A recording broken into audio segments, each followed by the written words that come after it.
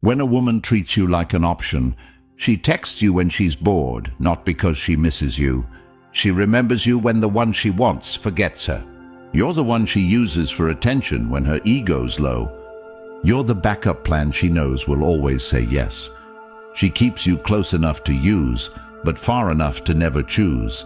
She'll keep you guessing, while chasing someone else without hesitation. And if you ever call it out, she'll say you're overthinking it. But deep down, you feel it, the disrespect, the emotional distance. Now it's time to stop feeling it and start doing something about it. If you're serious about changing your story, comment, "I am the prize." Number 1. Stop explaining your worth. Every time you try to explain your worth to someone who doesn't see it, you give away a piece of your power, and most men don't even realize it because they've been conditioned to think that love requires performance, that value is proven through sacrifice, that you must keep proving you're worthy of a place in someone's life, even when they keep showing you through actions that you're just a tool they pick up and put down when convenient. And what's worse is that they confuse attention with care. They think long replies mean love, and they believe that explaining their intentions will somehow open her eyes and make her treat him right. But it won't, because respect is never given in response to a monologue. It's given in response to presence, and if you have to constantly tell someone why you matter, you're trying to sell your value to someone who already walked past the shelf, and while you're typing out essays about how you feel, she's texting another option who didn't explain, he just was. And that's what you need to understand. You are not a speech, you are not a pitch, you are not something that needs to be packaged and presented for approval. And the minute you stop trying to be understood and start focusing on becoming undeniable, you will feel a shift so strong it becomes a lifestyle, not a moment. And you'll notice how people treat you differently, not because they suddenly changed, but because you finally respected yourself enough to stop begging for what should have been offered freely. And if someone only responds when you pressure them emotionally, they never truly saw you. They only feared losing your attention, which isn't the same as valuing your presence. And once you internalize that, once you live with the principle that real presence doesn't chase validation, everything changes because you stop trying to earn loyalty from someone who isn't even capable of consistency. You stop writing long messages explaining why you're upset. You stop venting your soul to someone who replies with one-word responses. You stop checking if they viewed your story because you realize you're the story and their presence is the chapter you no longer need. And this is not about being cold or distant. This is about regaining your internal control. Because if someone needs convincing to value you, they're not confused. They're clear, and they're hoping you're not. And the only way you stop this cycle is to stop participating in it entirely.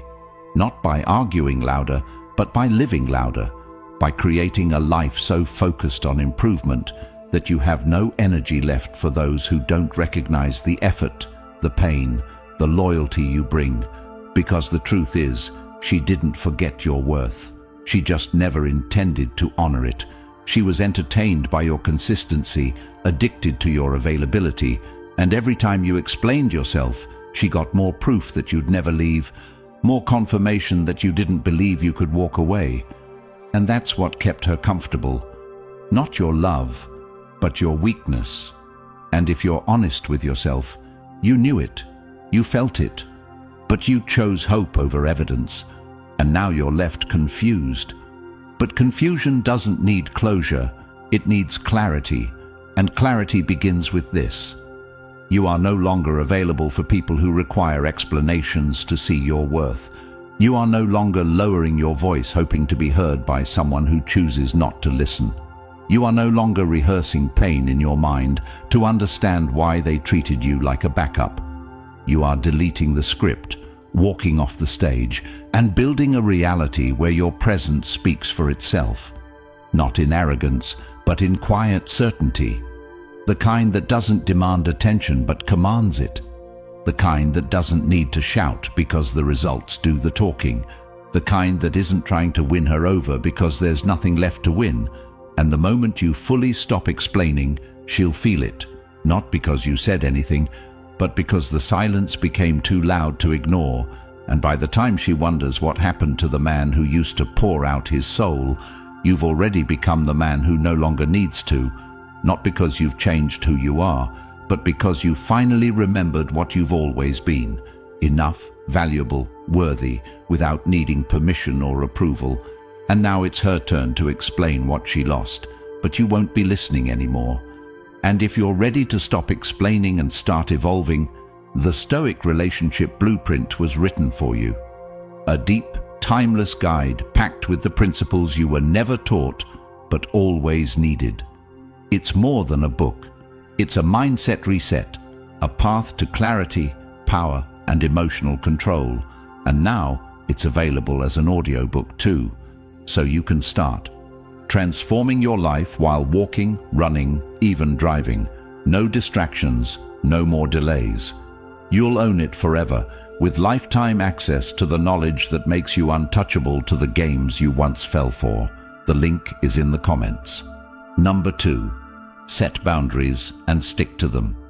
Most people say they have boundaries, but what they really have are suggestions, temporary limits they abandon the moment someone attractive disrespects them. And that's the reason so many are treated like options, because their boundaries don't exist when it counts the most. And what's worse is that the moment someone shows interest, they lower the bar just to feel wanted, and they confuse being wanted with being valued.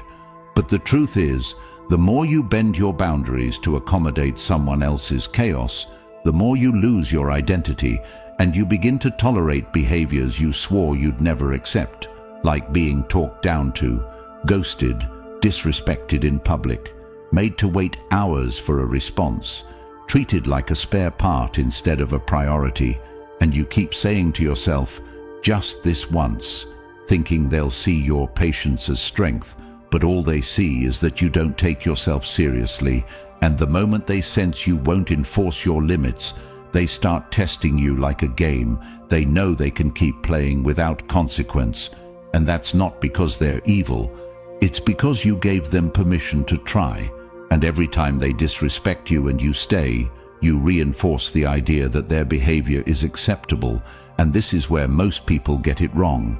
They think setting boundaries means being angry, shouting, demanding change. But boundaries are not about raising your voice. They're about raising your standards and sticking to them without warning. Because a boundary you have to beg someone to respect is a fantasy, not a standard. And here's the truth. If they cross the line once and you allow it, they'll cross it again. But this time they won't apologize, because you already taught them that apologies are optional and presence is guaranteed. And the deeper truth is that you're afraid of enforcing your boundaries not because you're weak, but because you fear the outcome of losing them. You think that if you stand firm, they'll walk away. And yes, they might, but what's worse than someone leaving after you draw the line is someone staying and dragging you further into disrespect every day while you tell yourself it's getting better. And if you're being honest, you've seen the signs. You've felt the dismissiveness, the eye rolls, the coldness in their tone, the way they flirt with others in front of you, the way they act single when you're not around, the way they treat your affection like a nuisance instead of a gift. And still you hold on, not because it's love, but because you're scared to start over, and because a part of you believes this is the best it gets. And that's the part that must die for the real you to live. The version of you that no longer tolerates emotional crumbs and believes that love doesn't require the constant sacrifice of self-respect. And to become that version, you have to stick to your boundaries like they are laws, not preferences. And that means when someone disrespects your time, you remove your time. When someone mocks your needs, you remove your presence. When someone gives you half effort, you don't ask for more. You give less access, not because you're playing games, but because the value of your energy is not up for debate. And that's the truth no one wants to hear. That you teach people how to treat you by what you tolerate, not by what you say. And if your actions don't match your words, Your words mean nothing, and if you say, "I won't tolerate disrespect," but still answer calls from people who disrespected you last week, then your standard is fake, and people will treat you accordingly, because the ones who truly value you won't even come close to testing your boundaries. They'll recognize them and rise to meet them, but the ones who don't, they'll push, they'll manipulate, they'll guilt trip, they'll pretend to change until they're comfortable again, and then they'll go back to who they always were, and that's where your boundary must become a door, one they walk through once and don't get a second chance if they slam it behind them. And yes, it will be hard at first. You'll doubt yourself. You'll want to explain why you're pulling back, but you don't owe anyone an explanation for protecting your peace. You don't need to justify your standards to someone who keeps proving they don't meet them. And the moment you stop negotiating with people who test your limits, you'll feel something strange. Peace. Not because life is perfect, but because the wrong people no longer have access to interrupt it, and that peace. It becomes addictive, it becomes your new baseline, and you'll start to see every message, every invitation, every request, not as a compliment, but as an access request. And unless their behavior aligns with your boundaries, the answer is no.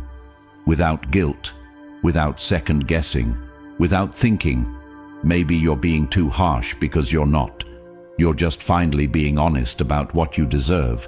And if that honesty cost you people, they were never assets in the first place. And every time you enforce a boundary and lose someone, you don't lose